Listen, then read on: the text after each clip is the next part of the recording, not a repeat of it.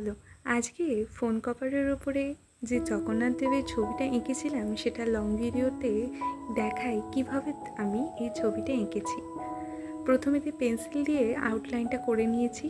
আউটলাইনটা কিভাবে করছি সেটা তোমরা এখানেতে একটু পজ করে ভালো করে দেখলেই বুঝতে পেরে যাবে, তাহলে তোমাদের করতে সুবিধা হবে।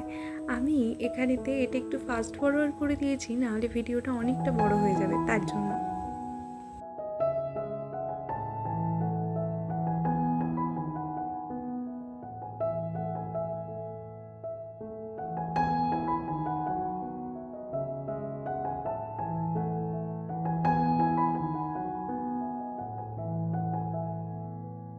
আর পেন্সিল দিয়ে আউটলাইনটা করে নেওয়ার পরে আমি এখানে ডোমসের ব্রাশ পেনগুলোর যে সেটটা হয় সেটা ইউজ করেছি।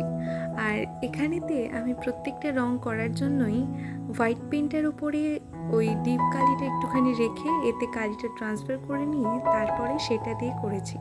এটা দিয়ে করলে কালিটা অনেকটা বেশি ডিপ হয়ে যায় না, তাতে ছবিটা দেখতে অনেকটা ভালো লাগে আর অনেকটা ওয়াটার কালারের মতো এফেক্টটা নিয়ে আসে। আর কীভাবে রঙটা করেছি সেটা তো তোমরা ভিডিওটা দেখলেই বুঝতে পারবে, সেটা আর আমাকে আলাদা করে বলে দিতে হবে না।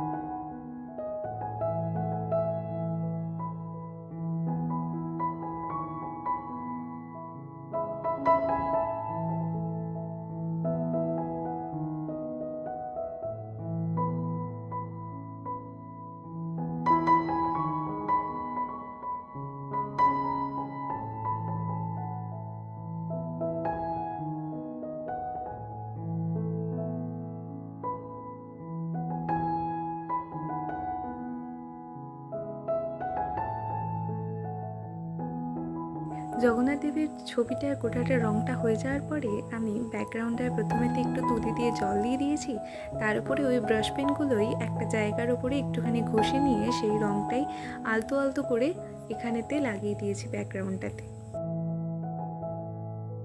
ব্যাস, তারপরে এটা শুকনো হয়ে গেলে কভারটাতে লাগিয়ে নিয়ে দিই, তারপরে ফোনেতে লাগিয়ে নিয়ে দিই, কভার রেডি। কেমন লাগলো জানাবে।